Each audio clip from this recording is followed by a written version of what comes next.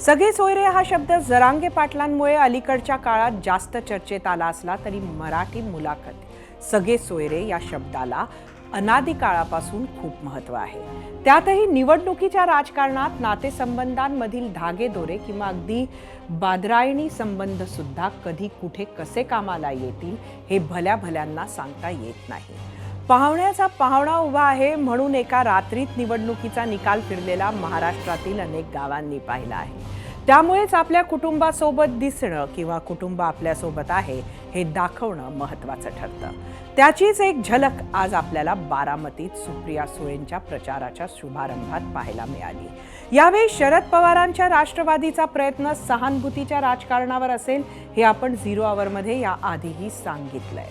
त्यावर अजितदादांच्या विकास कामांचा, निधीच्या आकड्यांचा आणि भाजप सेनेच्या नेटवर्किंगचा उतारा कसा किती काम करेल यावर बारामतीचा निकाल बऱ्याच अंशी अवलंबून असेल.